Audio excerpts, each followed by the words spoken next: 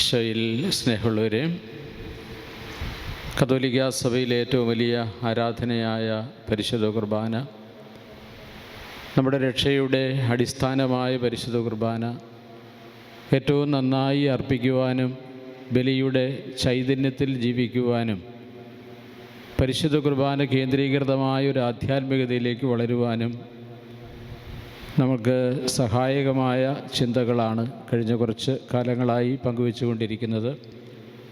അതിനായി ഞാൻ തിരഞ്ഞെടുത്ത ചിന്ത തികഞ്ഞ സ്നേഹത്തോടെ പരിശുദ്ധ കുർബാനയിൽ പങ്കെടുക്കുക എന്നതാണ് ഇന്ന് പങ്കുവയ്ക്കാൻ ആഗ്രഹിക്കുന്ന പ്രധാനപ്പെട്ട കാര്യം. അനുഗുണ മനോഭാവങ്ങളെക്കുറിച്ചായിരുന്നു പറഞ്ഞത്. ഈ അനുഗുണ മനോഭാവങ്ങളിലൊന്നാണ് തികഞ്ഞ സ്നേഹം. നേരത്തെ പങ്കുവെച്ച അനുഗുണ മനോഭാവങ്ങൾ ഉറച്ച വിശ്വാസത്തോടെ ബലിയർപ്പിക്കുക, പൂർണ്ണ ഹൃദയത്തോടെ ബലിയർപ്പിക്കുക, വിനീതമായ മനസ്സോടെ ബലിയർപ്പിക്കുക, നിഷ്കളങ്കമായ പ്രാർത്ഥനാ മനോഭാവത്തോടെ ബലിയർപ്പിക്കുക, അഗാധമായ അനുതാപത്തോടെ ബലിയർപ്പിക്കുക തുടങ്ങിയവയാണ് ഇതിനു മുൻപുള്ള ക്ലാസ്സുകളിലൂടെ പങ്കുവച്ചത്. ഇന്ന് തികഞ്ഞ സ്നേഹത്തെക്കുറിച്ച്, അനുഗുണമായ മനോഭാവങ്ങളിൽ ആറാമതായി തികഞ്ഞ സ്നേഹത്തെക്കുറിച്ച് ഏതാനും ചില കാര്യങ്ങൾ പങ്കുവയ്ക്കാമെന്ന് കരുതുകയാണ്. എന്താണ് ഈ തികഞ്ഞ സ്നേഹം എന്ന് പറഞ്ഞാൽ? സ്നേഹിതന് വേണ്ടി സഹനം സന്തോഷത്തോടെ ഏറ്റെടുക്കുന്ന സ്നേഹത്തിൻ്റെ പേരാണ് തികഞ്ഞ സ്നേഹം. സഹനം ഏറ്റെടുക്കാനുള്ള സന്മനസ്സ്. ഞാനൊരാളെ സ്നേഹിക്കുന്നു എന്ന് പറഞ്ഞാൽ ആ വ്യക്തിക്ക് വേണ്ടി ത്യാഗം സഹിക്കാൻ, സഹനം ഏറ്റെടുക്കാൻ ഞാൻ തയ്യാറാണോ എന്നതാണ് ഏറ്റവും അടിസ്ഥാനപരമായ കാര്യം. അപ്പോൾ സഹിക്കേണ്ടി വന്നാൽ അല്ലെങ്കിൽ ത്യാഗം ചെയ്യേണ്ടി വന്നാൽ ഉപേക്ഷിക്കുന്ന സ്നേഹം തികഞ്ഞ സ്നേഹമല്ല. ഇത് കുടുംബത്തിലും സമൂഹത്തിലും എല്ലാം നമുക്ക് തിരിച്ചറിയാൻ പറ്റുന്ന തികഞ്ഞ സ്നേഹത്തിൻ്റെ ഉദാഹരണങ്ങളുണ്ട്. അതുകൊണ്ടാണ് ഒന്ന്, സഹനത്തെ, സ്നേഹിതന് വേണ്ടി സഹനം സ്വീകരിക്കാൻ തയ്യാറുള്ള സ്നേഹമാണ് യഥാർത്ഥത്തിലുള്ള സ്നേഹം. അതാണ് തികഞ്ഞ സ്നേഹം. അതിൻ്റെ പാരമ്യം എന്ന് പറയുന്നത് സ്നേഹിതന് വേണ്ടി ജീവൻ ബലി കൊടുക്കുന്ന സ്നേഹമാണ് തികഞ്ഞ സ്നേഹത്തിൻ്റെ പാരമ്യം. അപ്പോൾ ഒന്ന്, സഹനം സ്വീകരിക്കാൻ പറ്റും. രണ്ട്, ജീവനെ പോലും കൊടുക്കുന്ന വിധത്തിൽ സ്നേഹിക്കാൻ പറ്റും. ഇതാണ് തികഞ്ഞ സ്നേഹം എന്ന് പറയുക. ഈ തികഞ്ഞ സ്നേഹത്തിന് വിപരീതമായിട്ടുള്ള സ്നേഹമാണ് സ്വാർത്ഥ സ്നേഹം. നിസ്വാർത്ഥ സ്നേഹത്തിൻ്റെ വിപരീതമാണ് സ്വാർത്ഥ സ്നേഹം. അതുകൊണ്ട് തികഞ്ഞ സ്നേഹത്തിൻ്റെ എതിരായി നിൽക്കുന്ന സ്വാർത്ഥ സ്നേഹങ്ങളുടെ തലത്തിൽ നിന്നുകൊണ്ട് നമ്മൾ ഈ തികഞ്ഞ സ്നേഹത്തെ അതിൻ്റെ പൂർണ്ണതയിൽ മനസ്സിലാക്കാനുള്ള കൃപയ്ക്ക് വേണ്ടി പ്രാർത്ഥിക്കുകയാണ്. എനിക്ക് ഈ തോട്ടപ്പുഴു എന്ന് പറയുന്ന ഒരു ജീവിയെക്കുറിച്ച്, അതിൻ്റെ സ്നേഹപ്രകടനങ്ങളെക്കുറിച്ചൊക്കെ ഞാൻ പലപ്പോഴും ചിന്തിച്ചിട്ടുണ്ട്. തോട്ടപ്പുഴു എന്ന് പറഞ്ഞാൽ എന്താണെന്ന് മനസ്സിലായോ? ഇങ്ങനെ ചാണ് വെച്ച് പോകുന്ന ഒരു സാധനം. ചിലരുടെ മുഖത്ത് തന്നെ അതിൻ്റെ വ്യത്യാസങ്ങൾ വരുന്നത് പേര് കേൾക്കുമ്പോൾ തന്നെ. അത് ഒരു നമ്മൾ ഹൈ റേഞ്ചിലൊക്കെ ചെന്നാൽ, വളരെ ഉയർന്ന പ്രദേശങ്ങളിൽ ചെന്നാൽ, അതും അല്ലെങ്കിൽ ഈ വനത്തോടൊക്കെ ചേർന്ന് കിടക്കുന്ന സ്ഥലങ്ങളിലൊക്കെ ചെന്നാൽ ഈ തോട്ടപ്പുഴയെ മഴക്കാലത്ത് കാണാനായിട്ട്, ഇത് മേത്ത് കയറുന്നത് നമ്മൾ അറിയുക പോലുമില്ല. കടിച്ചാൽ ഒരു വല്ലാത്ത അവസ്ഥയാണ്. ഈ തോട്ടപ്പുഴുവിനെ കുറിച്ച് ഞാനിങ്ങനെ ചിന്തിക്കുമ്പോൾ തോട്ടപ്പുഴു എന്തൊരു നല്ല ജീവിയാണെന്ന് വെറുതെ ഓർത്തിട്ടുണ്ട്. എന്തുകൊണ്ടാണ് അങ്ങനെ പറയുന്നറിയാമോ? ആരെ കണ്ടാലും എഴുന്നേറ്റ് നിന്ന് ആദരിക്കുന്ന ഒരു ജീവിയാണ് തോട്ടപ്പുഴു. ആരെ കണ്ടാലും ഏറ്റു നിൽക്കും, അല്ലേ? അപ്പോൾ അതൊരു നല്ല ലക്ഷണമാണ്. ഒരാളെ കണ്ടാൽ അത് ഏത് ടൈപ്പായിക്കോട്ടെ, അത് ആരെ കണ്ടാലും ഏറ്റു നിൽക്കുക. അതാണ് ഒന്നാമത്തത്. രണ്ടാമത്തെ കാര്യം എന്ന് പറയുന്നത്, ആരെ കണ്ടാലും കാല് പിടിക്കും. ഒരാളെ കാല് പിടിക്കുക എന്നൊക്കെ പറഞ്ഞാൽ എന്തൊരു എളിമപ്പെടുന്ന പ്രവൃത്തിയാണ്. ഏറ്റു നിൽക്കും, കാല് പിടിക്കും. അത് കഴിഞ്ഞ് ഞാൻ ഇച്ചിരൂടെ ആഴങ്ങളിൽ ചിന്തിച്ചപ്പോൾ മനസ്സിലായി, കാല് പിടിക്കുക മാത്രമല്ല, കാല് ചുംബിക്കുന്ന ജീവിയാണ് തോട്ടപ്പുഴു. കാല് ചുംബിക്കും. അത് കഴിഞ്ഞാലോ കാല് നക്കും. ഇതെല്ലാം കാണിക്കുന്ന ഒരു ജീവി. പക്ഷേ ഇവനീ കാണിച്ചതെല്ലാം സ്നേഹമാണ്. പലരും എഴുന്നേറ്റ് നിന്ന് ആദരിക്കുന്നത് സ്നേഹമാണെന്നാണ് നമ്മളൊക്കെ തെറ്റിദ്ധരിക്കുന്നത്. അല്ലേ? പലരും തലകുനിക്കുന്നതും കാലി പിടിക്കുന്നതും ഒക്കെ ആത്മാർത്ഥമായിട്ടാണെന്നൊക്കെ നമ്മൾ ചിലപ്പോൾ ചിന്തിക്കാറുണ്ട്. പക്ഷേ തോട്ടപ്പുഴുവിൻ്റെ സ്നേഹത്തെക്കുറിച്ച് ചിന്തിച്ചപ്പോൾ അതിനൊരു വിചാരത്തിന് ആവശ്യമുണ്ടെന്ന് പലപ്പോഴും എനിക്ക് തോന്നിയിട്ടുണ്ട്. എന്ന് പറഞ്ഞാൽ ഇവനീ കാണിച്ചതൊക്കെ എന്തിനു വേണ്ടിയിട്ടാണ്? എഴുന്നേറ്റ് നിന്നതും കാല് പിടിച്ചതും കാല് നക്കിയതും ഒക്കെ എൻ്റെ ചോര കുടിക്കാൻ വേണ്ടിയിട്ടാണ്. അപ്പം അതുകൊണ്ട് അത് വെറും ഒരു സ്വാർത്ഥ സ്നേഹത്തെ അതിനെ മറച്ചു വയ്ക്കാൻ വേണ്ടി നിസ്വാർത്ഥമായ ചില പ്രവൃത്തികൾ ചെയ്ത സ്നേഹത്തിൻ്റെ പ്രകടനങ്ങൾ മാത്രമായിരുന്നു അവൻ ചെയ്തതെന്ന് മനസ്സിലാകുന്നത് നമ്മുടെ ചോര പോയി കഴിയുമ്പോഴാണ്, നമ്മുടെ ചോര കുടിച്ചു കഴിയുമ്പോഴാണ്. അതുകൊണ്ടാണ് തോട്ടപ്പുഴുവിൻ്റേത് സ്നേഹത്തിൻ്റെ പ്രകടനങ്ങൾ മാത്രമായിരുന്നു എന്ന് മനസ്സിലാക്കുക. എന്നാൽ യഥാർത്ഥ സ്നേഹത്തിലേക്ക് നമ്മൾ വരുമ്പോൾ അവൻ്റെ ചോര വലിച്ചെടുത്ത് കുടിച്ച് എൻ്റെ വയറ് വീർപ്പിക്കുന്നതല്ല, എൻ്റെ ജീവിതത്തെ കൊഴുപ്പിക്കുന്നതല്ല, എൻ്റെ ജീവൻ കൊടുത്ത് അവരെന്നെ സ്നേഹിക്കുന്നതും വളർത്തുന്നതുമാണ് യഥാർത്ഥ സ്നേഹം, തികഞ്ഞ സ്നേഹം എന്ന് മനസ്സിലാവുകയാണ്. അതുകൊണ്ടാണ് ഈ നിസ്വാർത്ഥമായ സ്നേഹമാണ് തികഞ്ഞ സ്നേഹം. നിസ്വാർത്ഥമായ സ്നേഹം, അതിനകത്ത് സ്വാർത്ഥതയുടെ അംശം കലരാതിരിക്കുക എന്നത് മർമ്മപ്രധാനം. ഒന്ന്, അതേപോലെ തന്നെ തനിക്ക് ഉള്ളതും തൻ്റെ ഉള്ളും നൽകുന്ന സ്നേഹമാണ് തികഞ്ഞ സ്നേഹം. എഴുതാമെന്ന് നോക്കുകയും എഴുതുന്നവരുണ്ടെങ്കിൽ അങ്ങനെ എഴുതാം, അല്ലെങ്കിൽ ശരിക്കും മനസ്സിൽ ചേർത്ത് പിടിക്കാൻ നോക്കുക. ഒന്ന്, നിസ്വാർത്ഥമായ സ്നേഹമാണ് തികഞ്ഞ സ്നേഹം, നിസ്വാർത്ഥമായ സ്നേഹം. രണ്ടാമതായി, തനിക്ക് ഉള്ളതും തൻ്റെ ഉള്ളും നൽകുന്നതാണ് തികഞ്ഞ സ്നേഹം. പരിശുദ്ധ കുർബാനയിലേക്കൊക്കെ വരുമ്പോൾ ഇതാണ് മനസ്സിലാവുന്നത്. തനിക്ക് ഉള്ളതെല്ലാം നൽകിയിട്ടും സംതൃപ്തനാകാത്ത ദൈവം തൻ്റെ ഉള്ളു നൽകിയതാണ് പരിശുദ്ധ കുർബാന എന്നൊക്കെ നേരത്തെ ഞാൻ സൂചിപ്പിച്ചിട്ടുണ്ട്. തനിക്ക് ഉള്ളത് നൽകിയത്, ജീവിതത്തിൻ്റെ അവസാന നാളുകളിൽ തമ്പുരാൻ ഈ ലോകം വിട്ട് പിതാവിൻ്റെ പക്കലേക്ക് പോകാൻ നേരത്ത് തനിക്കുള്ളതെല്ലാം നൽകി എന്ന് പറയുന്നതിൽ തൻ്റെ അമ്മയെ നൽകി, തൻ്റെ ആത്മാവിനെ നൽകി എന്നൊക്കെയുള്ളത് നമ്മൾ പഠിച്ചതാണ്. തൻ്റെ അമ്മയെയും തൻ്റെ ആത്മാവിനെയും നൽകിയിട്ടും പിന്നെയും തൃപ്തനാകാത്ത ദൈവം തന്നെ നമുക്ക് നൽകിയതാണ് പരിശുദ്ധ കുർബാന. അതുകൊണ്ടാണ് തനിക്ക് ഉള്ളതും തൻ്റെ ഉള്ളും നൽകുന്ന സ്നേഹമാണ് തികഞ്ഞ സ്നേഹം. ഈ തികഞ്ഞ സ്നേഹത്തോടെ വേണം ഈ ദൈവത്തോട്, തികഞ്ഞ സ്നേഹത്തോടെ, സ്വാർത്ഥതയില്ലാത്ത നിസ്വാർത്ഥമായ തികഞ്ഞ സ്നേഹത്തോടെ വേണം പരിശുദ്ധ കുർബാനയിൽ നമ്മൾ പങ്കെടുക്കാൻ എന്നാണ് ഇന്ന് പ്രധാനമായി ഞാൻ സൂചിപ്പിക്കുക. പരിശുദ്ധ ബൈബിളിൻ്റെ താളുകളിലൂടെ കടന്നു വരുമ്പോൾ ലൂക്കായുടെ സുവിശേഷത്തിൻ്റെ 10-ാം അധ്യായം ബൈബിൾ തുറക്കുക. ലൂക്കായുടെ സുവിശേഷത്തിൻ്റെ 10-ാം അധ്യായം 30 മുതൽ 37 വരെയുള്ള തിരുവചന ഭാഗങ്ങൾ നമുക്ക് ഇത്തിരി ആഴങ്ങളിൽ പഠിക്കാനായിട്ട് ശ്രമിക്കാം. ലൂക്കായുടെ സുവിശേഷം 10-ാം അധ്യായം 30 മുതലുള്ള തിരുവചനങ്ങൾ അതിന് ബൈബിളുള്ളവർ തുറന്നു വെച്ച് നമ്മൾ വായിക്കുകയാണ്. 10-ാം അധ്യായത്തിൻ്റെ 30-ാമത്തെ വാക്യം. യേശു പറഞ്ഞു, ഒരുവൻ ജെറുസലേമിൽ നിന്ന് ജെറീക്കോയിലേക്ക് പോകുകയായിരുന്നു. അവൻ കവർച്ചക്കാരുടെ കൈകളിൽപ്പെട്ടു. അവർ അവൻ്റെ വസ്ത്രങ്ങൾ ഉരിഞ്ഞെടുത്ത് അവനെ പ്രഹരിച്ച് അർത്ഥപ്രാണനാക്കിയിട്ട് പൊയ്ക്കളഞ്ഞു. ഒരു പുരോഹിതൻ ആ വഴിയെ വന്നു, അവനെ കണ്ട് മറുവശത്തുകൂടെ കടന്നുപോയി. അതുപോലെ ഒരു ലേവായനും അവിടെ വന്നപ്പോൾ അവനെ കണ്ടെങ്കിലും കടന്നുപോയി. എന്നാൽ ഒരു സമറിയാക്കാരൻ യാത്രാമധ്യേ അവൻ കിടന്ന സ്ഥലത്ത് വന്നു. അവനെ കണ്ട് മനസ്സലിഞ്ഞ് അടുത്തു ചെന്ന് എണ്ണയും വീഞ്ഞുമൊഴിച്ച് അവൻ്റെ മുറിവുകൾ വെച്ചുകെട്ടി തൻ്റെ കഴുതയുടെ പുറത്ത് കയറ്റി ഒരു സത്രത്തിൽ കൊണ്ടുചെന്ന് പരിചരിച്ചു. അടുത്ത ദിവസം അവൻ സത്രം സൂക്ഷിപ്പുകാരൻ്റെ കയ്യിൽ 2 ദനാറ കൊടുത്തിട്ട് പറഞ്ഞു, ഇവൻ്റെ കാര്യം നോക്കിക്കൊള്ളണം. കൂടുതലായി എന്തെങ്കിലും ചെലവാകുന്നെങ്കിൽ ഞാൻ തിരിച്ചു വരുമ്പോൾ തന്നുകൊള്ളാം. കവർച്ചക്കാരുടെ കയ്യിൽപ്പെട്ട ആ മനുഷ്യന് ഈ മൂവരിൽ ആരാണ് അയൽക്കാരനായി വർത്തിച്ചത്? അവനോട് കരുണ കാണിച്ചവനെന്ന് ആ നിയമജ്ഞൻ പറഞ്ഞു. യേശു പറഞ്ഞു, നീയും പോയി ഇതുപോലെ ചെയ്യുക. ലൂക്കായുടെ സുവിശേഷത്തിൻ്റെ 10-ാം അധ്യായം 30 മുതൽ 37 വരെയുള്ള വചനഭാഗമാണ് നമ്മൾ ഇപ്പോഴേ ശ്രവിച്ചത്. നിസ്വാർത്ഥമായ സ്നേഹത്തെക്കുറിച്ച് ഈശോ പറഞ്ഞ ഏറ്റവും മനോഹരമായ ഉദാത്തമായ ഒരു കഥയാണ് നല്ല സമ്പ്രായൻ്റെ കഥ. ഈ നല്ല സമ്പ്രായൻ്റെ കഥയിൽ ഈ ഉദാത്തമായ സ്നേഹത്തെ, നല്ല സമ്പ്രായൻ്റെ സ്നേഹത്തെ അവതരിപ്പിക്കുന്നത് ഒരു പ്രത്യേകമായ പശ്ചാത്തലത്തിലാണ് എന്ന് നമുക്കെല്ലാവർക്കും അറിയാം. ഈ കഥയിൽ ഈശോ പറഞ്ഞ ഏറ്റവും സുന്ദരമായ കഥകളിൽ ഒന്നാണിത്. അതിൽ 3 കഥാപാത്രങ്ങളെയാണ് ഈശോ അവതരിപ്പിക്കുന്നത്.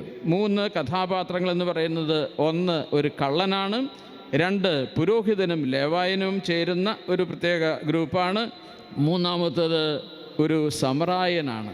ഇതിൽ ഇവരെ വ്യത്യസ്തരാക്കുന്നത് എന്താണ് എന്നത് അവരുടെ മനോഭാവത്തിൽ നിന്നാണ് നമ്മൾ മനസ്സിലാക്കുക. ഇനി ശരിക്കും ശ്രദ്ധിക്കുക. നിൻ്റേതും എൻ്റേതാണ് എന്ന് ചിന്തിക്കുന്നവനാണ് കള്ളൻ. നിൻ്റേതും എൻ്റേതാണ്. പ്രശ്നം എവിടെയാണ്? ഇവൻ്റെ മനോഭാവത്തിലാണ്. 3 കഥാപാത്രങ്ങളുണ്ട് ഈശോ പറഞ്ഞ ഈ കഥയ്ക്കകത്ത്. 1-മത്തേത് കള്ളൻ്റെ മനോഭാവം. കള്ളൻ്റെ മനോഭാവം എന്ന് പറയുന്നത് നിൻ്റേതും എൻ്റേതാണ് എന്നുള്ള ചിന്തയാണ്. നിൻ്റേതും എൻ്റേതാണെന്ന് ചിന്തിച്ചാൽ ഏത് വിധത്തിലും നിൻ്റേതെല്ലാം ഞാൻ സ്വന്തമാക്കാൻ ശ്രമിക്കും. ഇതാണ് കള്ളൻ ചെയ്തത്. അത് അവൻ്റെ പ്രശ്നമല്ല, അവൻ്റെ മനോഭാവത്തിൻ്റെ പ്രശ്നമാണ്. അതാണ് അവൻ്റെ ഭാവം. നിൻ്റേതും എൻ്റേതാണ്. അപ്പോൾ ഏത് വിധത്തിലും മറ്റവനെ അടിച്ച് വീഴ്ത്തിയാലും കൊല്ലാൻ തുടങ്ങിയാലും അവൻ്റെതെല്ലാം തട്ടിപ്പറിച്ചാലും നിസ്സഹായതയിൽ കടന്ന് പിടയുമ്പോഴും അവൻ്റെതിനെ സ്വന്തമാക്കാൻ ശ്രമിക്കുന്നതൊക്കെ ആ മനോഭാവത്തിൻ്റെ പ്രത്യേകത കൊണ്ടാണ്. എന്താണ് ആ മനോഭാവം? പറഞ്ഞ് ആ മനോഭാവം നിൻ്റേതും എൻ്റേതാണ്. നിൻ്റേതും എൻ്റേതാണ്. അപ്പോൾ നിൻ്റേതും എൻ്റേതാണെങ്കിൽ എനിക്കതെടുക്കാൻ പ്രയാസമില്ല, എനിക്ക് അത് എടുക്കുന്നതിനകത്ത് തെറ്റില്ല. ഇതാണ് കള്ളൻ്റെ മനോഭാവം. കള്ളൻ്റെ മനോഭാവങ്ങൾ അവതരിപ്പിച്ചുകൊണ്ടാണ് ഈശോ ഈ കഥ പറഞ്ഞത്. അതാണ് അതിൻ്റെ ചരിത്ര പശ്ചാത്തലം. എന്നാൽ 2-മത്തേത് കുറച്ചുകൂടെ ശ്രേഷ്ഠമായൊരു മനോഭാവമാണ്. 2-മത്തേത് എൻ്റേത് എൻ്റേതാണ് എന്നാണ്. 1-മത്തേത് നിൻ്റേതും എൻ്റേതാണ്. 2-മത്തേത് എൻ്റേത് എൻ്റേതാണ്. നിൻ്റേത് എനിക്ക് വേണ്ട. കള്ളൻ്റെ മനോഭാവത്തെക്കാൾ ഉയർന്നതാണ് പുരോഹിതൻ്റെയും ലേവായൻ്റെയും മനോഭാവം. പക്ഷേ അതും ശരിയല്ല എന്നതാണ് ഈശോ സൂചിപ്പിക്കുക. എൻ്റേത് എൻ്റേതാണ് എന്ന് പറഞ്ഞാൽ എൻ്റെ സമയം എൻ്റേതാണ്, നിനക്ക് വേണ്ടി എൻ്റെ സമയം തരാനില്ല. എൻ്റെ സമയം എൻ്റേതാണ്, എനിക്ക് നിൻ്റെ സമയം ആവശ്യമില്ല, നിൻ്റേതൊന്നും എനിക്ക് വേണ്ട. പക്ഷേ എൻ്റേത് ഞാൻ നിനക്ക് തരികയില്ല. അതിന് ഇങ്ങനെ ഒരു മനോഭാവത്തിലേക്ക് വന്നു കഴിഞ്ഞാൽ എന്തെല്ലാം ന്യായീകരണങ്ങൾ കണ്ടെത്താനായിട്ട് കഴിയും. ഒഴിവായി പോകാൻ, സഹായിക്കാതിരിക്കാൻ, അവനെ കണ്ടിട്ടും കാണാത്തവനെ പോലെ കടന്നു പോകാനുള്ള കാരണങ്ങൾ ഒത്തിരി കണ്ടെത്താൻ എല്ലാവർക്കും സാധിക്കും. അതാണ് പുരോഹിതൻ്റെയും ലേവായൻ്റെയും മനോഭാവമായി ഈശോ തൻ്റെ കഥയിൽ പറഞ്ഞു വയ്ക്കാൻ ശ്രമിച്ചത്. എൻ്റേത് എൻ്റേതാണ് എന്ന ചിന്ത തിരുത്തപ്പെടേണ്ടതാണ്. നിൻ്റേതും എൻ്റേതാണ് എന്ന ചിന്ത തിരുത്തപ്പെടേണ്ടതാണ്. എൻ്റേത് എൻ്റേതാണ്, എനിക്ക് വേണ്ടി മാത്രമുള്ളതാണ്. എൻ്റെ പണം എനിക്ക് വേണ്ടിയുള്ളത്, എൻ്റെ സൗകര്യങ്ങൾ എനിക്ക് വേണ്ടിയുള്ളത്, എൻ്റെ ആരോഗ്യം എനിക്ക് വേണ്ടിയുള്ളത്, അത് ആരുമായും പങ്കുവയ്ക്കാൻ തയ്യാറല്ല എന്ന ചിന്ത തിരുത്തപ്പെടേണ്ട ചിന്തയാണ്. അതാണ് 2-മത്തേത്. 3-മത്തെ മനോഭാവം ഇതിൻ്റെ പശ്ചാത്തലത്തിൽ 1-മത്തേത് നിൻ്റേതും എൻ്റേതാണ്, 2-മത്തേത് എൻ്റേത് എൻ്റേതാണ്. ഈ നല്ല സമറായൻ്റെ മനോഭാവത്തിലേക്ക് വരുമ്പോൾ എൻ്റേത് നിൻ്റേത് കൂടെയാണ് എന്ന് വരും. എൻ്റേത് നിൻ്റേത് കൂടെയാണ്, എനിക്കുള്ളത് നിനക്കും കൂടെ വേണ്ടിയുള്ളതാണ്. ഇത് ദൈവത്തിൻ്റെ ദാനമാണ്. അത് എനിക്ക് ദൈവം ഏൽപ്പിച്ചു എന്ന് മാത്രമേ ഉള്ളൂ. ഞാൻ കാര്യസ്ഥൻ മാത്രമാണ്. എനിക്കുള്ളത് നിനക്ക് വേണ്ടി കൂടെ ഉള്ളതാണ് എന്ന മനോഭാവമാണ് ഒരു സമറായനെ നല്ല സമറായനാക്കി മാറ്റുന്നത് എന്നാണ് ഈശോ ഈ കഥയിൽ പറഞ്ഞത്. എൻ്റേത് നിൻ്റേത് കൂടെയാണ്. ഇതെങ്ങനെയാണ് നമ്മൾ മനസ്സിലാക്കുന്നത്? വീണ് കിടക്കുന്ന ഒരുവനെ കണ്ട്, അവശനായി കിടക്കുന്നവനെ കണ്ട് അവൻ്റെ അടുക്കലേക്ക് ഓടിച്ചെന്ന് അവനെ പരിചരിക്കാൻ മാത്രം അവന് ദീനാനുകമ്പ ഉണ്ടായത് എൻ്റേത് നിൻ്റേത് കൂടെയാണ് എന്ന ചിന്തയിൽ നിന്നാണ്. അതുകൊണ്ടാണ് അവൻ്റെ കയ്യിലുള്ള എണ്ണയും വീഞ്ഞുമൊഴിച്ച് അവനെ കഴുകി ശുദ്ധീകരിക്കുന്നത്. അതിനുശേഷം അവൻ്റെ കഴുതപ്പുറത്ത് ഇവനെ വലിച്ചു കയറ്റിയതിൻ്റെ പിന്നിലും എൻ്റെ കഴുത എനിക്ക് വേണ്ടി മാത്രമുള്ളതല്ല, അത് നിനക്ക് വേണ്ടി കൂടെയുള്ളതാണ് എന്ന് ചിന്തിച്ചത് കൊണ്ടാണ് കഴുതപ്പുറത്ത് അവനെ കയറ്റിയത്.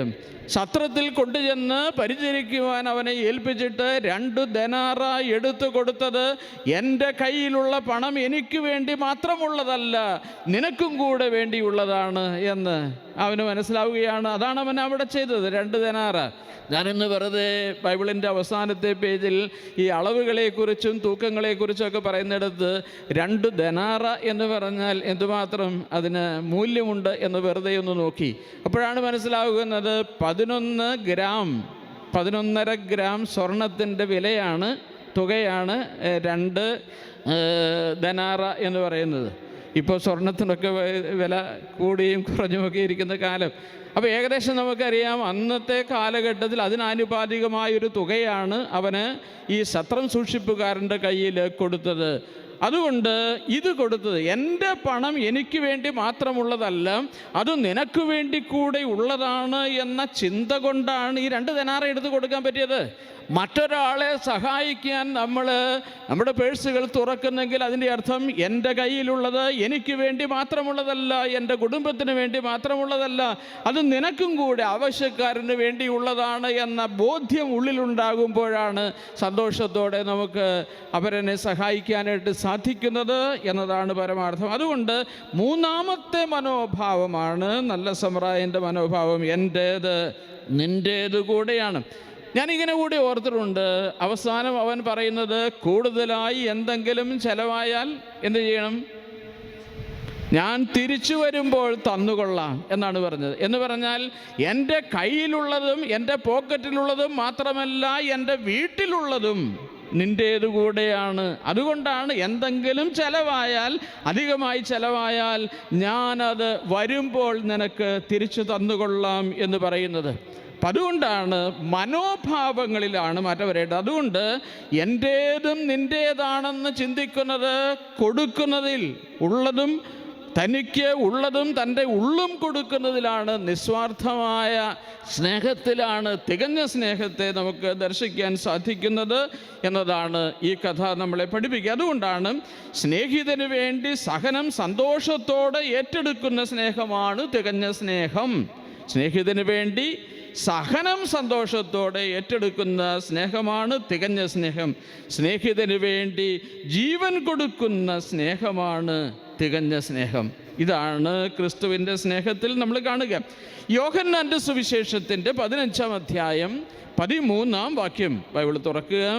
യോഹന്നാൻ്റെ സുവിശേഷം 15-ാം അധ്യായം 13-ാം വാക്യം. സ്നേഹിതർക്കു വേണ്ടി ജീവൻ ബലി കഴിക്കുന്നതിനേക്കാൾ വലിയ സ്നേഹം ഇല്ല.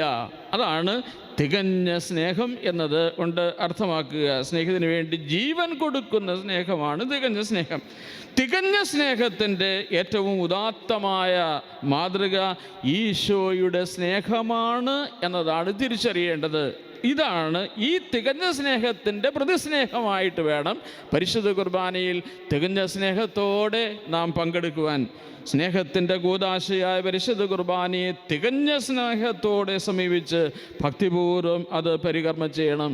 എൻ്റെ രക്ഷയ്ക്ക് വേണ്ടി ജീവൻ ബലി കഴിച്ച ഈശോയോടുള്ള തികഞ്ഞ സ്നേഹമാണ് അവരനു വേണ്ടിയുള്ള എൻ്റെ ആത്മദാനത്തിലേക്കും ഈശോയ്ക്ക് വേണ്ടിയുള്ള രക്തസാക്ഷിത്വത്തിലേക്കും എന്നെ നയിക്കുന്നത് എന്നുകൂടെ നമ്മൾ മനസ്സിലാക്കുമ്പോഴാണ് ഈ തികഞ്ഞ സ്നേഹത്തിൻ്റെ അർത്ഥവ്യാപ്തി എന്തുമാത്രമുണ്ട് എന്ന് മനസ്സിലാകുന്നത്. ഞാനത് ഒരിക്കൽ കൂടെ നിങ്ങളുമായി പങ്കുവയ്ക്കാൻ വേണ്ടി ശ്രമിച്ചാൽ, സ്നേഹത്തിൻ്റെ കൂദാശയായ പരിശുദ്ധ കുർബാനയെ തികഞ്ഞ സ്നേഹത്തോടെ സമീപിച്ച് ഭക്തിയോടെ പരികർമ്മം ചെയ്യുമ്പോൾ എൻ്റെ രക്ഷയ്ക്ക് വേണ്ടി ജീവൻ അർപ്പിച്ച ഈശോയോടുള്ള തികഞ്ഞ സ്നേഹമാണ് അവരനു വേണ്ടി എൻ്റെ ആത്മദാനത്തിലേക്കും ഈശോയ്ക്ക് വേണ്ടിയുള്ള രക്തസാക്ഷിത്വത്തിലേക്കും എന്നെ നയിക്കുന്നത് എന്ന് മനസ്സിലാകും. അതുകൊണ്ടാണ് തികഞ്ഞ സ്നേഹത്തോടെ വേണം നാം പരിശുദ്ധ കുർബാനയിൽ പങ്കെടുക്കാൻ. ഈശോയോടുള്ള തികഞ്ഞ സ്നേഹം അത് ഉള്ളത് കൊടുക്കുന്നതും ഉള്ളു കൊടുക്കുന്നതുമാണ്. അതുപോലെ അവരനു വേണ്ടി സഹനം ഏറ്റെടുക്കുന്ന സ്നേഹമാണ്. ആ ഒരു സ്നേഹത്തിൻ്റെ പ്രതിഫലനങ്ങളാണ് ആ ഒരു മനോഭാവത്തോടെയാണ് ഞാൻ പരിശുദ്ധ കുർബാനയിൽ പങ്കെടുക്കേണ്ടത്. 7ാമതായി, കഴുകി ശുദ്ധമാക്കപ്പെട്ട ഹൃദയത്തോടും വെടിപ്പാക്കപ്പെട്ട മനസാക്ഷിയോടും കൂടെ നിർമ്മലമായി ജീവിച്ച് ബലിയർപ്പണത്തിനായി ഞാൻ ഒരുങ്ങിക്കൊണ്ടേയിരിക്കണം. എങ്ങനെയാണ് ജീവിക്കേണ്ടത്? കഴുകി ശുദ്ധമാക്കപ്പെട്ട ഹൃദയം, കഴുകി ശുദ്ധമാക്കപ്പെട്ട ഹൃദയത്തോടും വെടിപ്പാക്കപ്പെട്ട മനസ്സാക്ഷിയോടും കൂടെ നിർമ്മലമായ ഒരു ജീവിതത്തിൽ, പരിശുദ്ധമായ ഒരു ജീവിതത്തോടെ വേണം ഈ പരിശുദ്ധമായ ബലിയിൽ നമ്മൾ പങ്കുചേരുവാൻ. അതുകൊണ്ടാണ് ബലിയർപ്പണത്തിന് ആത്മീയമായും മാനസികമായും ശാരീരികമായും നമ്മൾ ഒരുങ്ങേണ്ടതുണ്ട് എന്നുകൂടെ സൂചിപ്പിക്കുക. സങ്കീർത്തനത്തിൽ 51-ാം സങ്കീർത്തനത്തിൻ്റെ 2-ാം വാക്യം, 51-ാം സങ്കീർത്തനം 2-ാം വാക്യം, എൻ്റെ അകൃത്യങ്ങൾ നിശേഷം കഴുകിക്കളയണമേ, എൻ്റെ പാപങ്ങളിൽ നിന്ന് എന്നെ ശുദ്ധീകരിക്കണമേ, എൻ്റെ പാപങ്ങളിൽ നിന്ന് എന്നെ ശുദ്ധീകരിക്കണമേ. അതാണ് കഴുകി ശുദ്ധമാക്കപ്പെട്ട ഹൃദയത്തോടും വെടിപ്പാക്കപ്പെട്ട മനസാക്ഷിയോടും കൂടെ നിർമ്മലമായ ഒരു ജീവിതം നാം നയിക്കേണ്ടതുണ്ട്. അതിൻ്റെ ആ ചൈതന്യത്തെ ഉൾക്കൊണ്ടുകൊണ്ടാണ് സങ്കീർത്തകൻ പ്രാർത്ഥിക്കുന്നത്. 51-ാം സങ്കീർത്തനത്തിൻ്റെ 2-ാം വാക്യത്തിൽ, എൻ്റെ അകൃത്യങ്ങളിൽ നിശേഷം കഴുകിക്കളയണമേ, എൻ്റെ പാപങ്ങളിൽ നിന്ന് എന്നെ ശുദ്ധീകരിക്കണമേ. നിർമ്മലമായൊരു ജീവിതത്തിലേക്ക് കടന്നു പോകാൻ വേണ്ടിയാണ് എൻ്റെ ആ പ്രാർത്ഥനയിൽ നാം ശ്രദ്ധിക്കുക. അത് 51-ാം സങ്കീർത്തനത്തിൻ്റെ 7-ാം വാക്യമാകുമ്പോൾ, ഹീസോപ്പ് കൊണ്ട് എന്നെ പവിത്രീകരിക്കണമേ, ഞാൻ നിർമ്മലനാകും, എന്നെ കഴുകണമേ, ഞാൻ മഞ്ഞിനേക്കാൾ വെണ്മയുള്ളവനാകും. 10-ാം വാക്യത്തിൽ സങ്കീർത്തനത്തിൻ്റെ 51:10 നമ്മൾ വായിക്കുന്നു, ദൈവമേ, നിർമ്മലമായ ഒരു ഹൃദയം എന്നിൽ സൃഷ്ടിക്കണമേ, അചഞ്ചലമായ ഒരു ചൈതന്യം എന്നിൽ നിക്ഷേപിക്കണമേ. 11-ാമത്തെ വാക്യത്തിൽ 51-ാം സങ്കീർത്തനത്തിൽ, അങ്ങയുടെ സന്നിധിയിൽ നിന്ന് എന്നെ തള്ളിക്കളയരുതേ. ഇനി ശരിക്കും ശ്രദ്ധിക്കുക, അങ്ങയുടെ പരിശുദ്ധാത്മാവിനെ എന്നിൽ നിന്ന് എടുത്തു കളയരുതേ, അങ്ങയുടെ പരിശുദ്ധാത്മാവിനെ എന്നിൽ നിന്ന് എടുത്തു കളയരുതേ. നിർമ്മലമായ ഒരു ജീവിതത്തിൽ മാത്രമേ ദൈവത്തിൻ്റെ ആത്മാവിന് വസിക്കാൻ പറ്റൂ. അതുകൊണ്ടാണ് അങ്ങയുടെ പരിശുദ്ധാത്മാവിനെ എന്നിൽ നിന്ന് എടുത്തു കളയരുതേ എന്ന് ദാവീദ് രാജാവ് ചങ്കുപൊട്ടി പ്രാർത്ഥിക്കുക. പ്രിയപ്പെട്ടവരെ, അങ്ങനെ പ്രാർത്ഥിക്കാനൊരു കാരണമുണ്ട്. ദൈവത്തിൻ്റെ ചൈതന്യം ചോർന്നുപോയ മനുഷ്യൻ്റെ ജീവിതത്തിൽ വന്ന ദുരന്തങ്ങളെ നേരിൽ കണ്ടിട്ടുള്ളവനാണ് ദാവീദ്. സാവൂള് ദൈവത്തിൻ്റെ ആത്മാവിനാൽ നിറഞ്ഞ മനുഷ്യനായിരുന്നു, അഭിഷേകമുള്ള വ്യക്തിയായിരുന്നു. പക്ഷേ ദൈവത്തിൻ്റെ ആത്മാവ് അവനെ വിട്ടുപോയി. ആത്മാവ് വിട്ടുപോയതിന് ശേഷം അവൻ്റെ ജീവിതം ചെന്ന് അവസാനിക്കുന്നത് ആത്മഹത്യയിലാണെന്ന് നേരിട്ട് കണ്ടിട്ടുള്ളവനാണ് ദാവീദ്. അതേപോലെ തന്നെ ശക്തനായ അജയ്യനായ സാംസണിൽ നിന്ന് ദൈവത്തിൻ്റെ ആത്മാവ് ചോർന്നു പോയത് സാംസൺ അറിഞ്ഞില്ല. ആത്മാവ് ചോർന്നു പോകുന്നത്, ചൈതന്യം ചോർന്നു പോകുന്നത് നമ്മൾ അറിയണമെന്ന് പോലുമില്ല. ബൈബിളിൽ അത്തരം ചില കഥാപാത്രങ്ങളിലൊക്കെ നമുക്ക് കാണാനായിട്ട് കഴിയും. അതുകൊണ്ട് ആത്മാവ് ചോർന്നു പോകുന്നവരുടെ ജീവിതങ്ങളൊക്കെ, ആത്മാവ് നഷ്ടപ്പെട്ടവരുടെ ജീവിതങ്ങളൊക്കെ ചെന്ന് അവസാനിക്കുന്നത് ദുരന്തത്തിലാണെന്ന് തിരിച്ചറിഞ്ഞ ദാവീദ് ചങ്കുപൊട്ടി പ്രാർത്ഥിച്ചു, അങ്ങയുടെ പരിശുദ്ധാത്മാവിനെ എന്നിൽ നിന്ന് എടുത്തു കളയരുതേ എന്ന്. ആത്മാവിൻ്റെ ശുദ്ധീകരണം പരിശുദ്ധ കുർബാനയ്ക്കുള്ള ഏറ്റവും അനുയോജ്യമായ ഒരു മനോഭാവത്തിൻ്റെ രൂപീകരണമാണ്. ആത്മാവിൻ്റെ ശുദ്ധീകരണം പാപമോചനമാണ്. മനസ്സിൻ്റെ ശുദ്ധീകരണം ആരോടും വെറുപ്പും വിദ്വേഷവും ഇല്ലാത്ത അവസ്ഥയാണ്. ശാരീരികമായ ശുദ്ധിക്കും ആത്മീയതയിൽ വലിയ പ്രാധാന്യങ്ങളുണ്ട്. പരിശുദ്ധ ബൈബിളിൽ നിന്ന് ഈശോ കാലുകഴുകൽ ശുശ്രൂഷയ്ക്ക് ശേഷമാണ് പരിശുദ്ധ കുർബാന സ്ഥാപിച്ചതും പൗരോഹിത്യം സ്ഥാപിച്ചതെന്നും നമുക്ക് മനസ്സിലാക്കാനായിട്ട് കഴിയും. കഴുകി ശുദ്ധമാക്കപ്പെട്ട ഹൃദയത്തോടും വെടിപ്പാക്കപ്പെട്ട മനസ്സാക്ഷിയോടും കൂടെ ആദ്യ വിശുദ്ധ സ്ഥലത്ത് പ്രവേശിച്ച് ഭക്തിയോടും ശ്രദ്ധയോടും വിശുദ്ധിയോടും കൂടെ ബലിയിൽ പങ്കുചേർന്ന് ബലിയുടെ അനുഭവങ്ങളുള്ളവരായി തീരുവാൻ, ബലിയുടെ ജീവിതം നയിക്കാൻ കൃപ തരണമേ എന്ന് വളരെ ആത്മാർത്ഥമായി നമുക്ക് പ്രാർത്ഥിക്കാം. കത്തോലിക്കാ സഭയിലെ ഏറ്റവും വലിയ ആരാധനയായ പരിശുദ്ധ കുർബാനയിലേക്ക് നമ്മൾ പ്രവേശിക്കുമ്പോൾ അനുഗുണ മനോഭാവങ്ങളോടെ ഓരോ ബലിയിലും പങ്കുചേരാനും പരിശുദ്ധ കുർബാന ഓരോ ദിവസവും കൂടുതൽ അനുഭവവേദ്യമായി തീരുവാനും അങ്ങനെ കുർബാനയുടെ ഭാഗമായി നമ്മുടെ ജീവിതത്തെ രൂപാന്തരപ്പെടുത്താനും ബലിയിൽ നിന്ന് സ്വീകരിക്കുന്ന കൃപകളോടെ ബലിജീവിതം നയിച്ച് ലോകത്തിന് മുൻപിൽ ഈശോയ്ക്ക് സാക്ഷികളായി തീരുവാനും അനുഗ്രഹം തരണമേ എന്ന് ആത്മാർത്ഥമായി പ്രാർത്ഥിച്ചുകൊണ്ട് ഈ പരിശുദ്ധമായ ബലിക്കായി നമ്മെ തന്നെ തയ്യാറാക്കാം. ദൈവം നമ്മളെ എല്ലാവരെയും അനുഗ്രഹിക്കട്ടെ.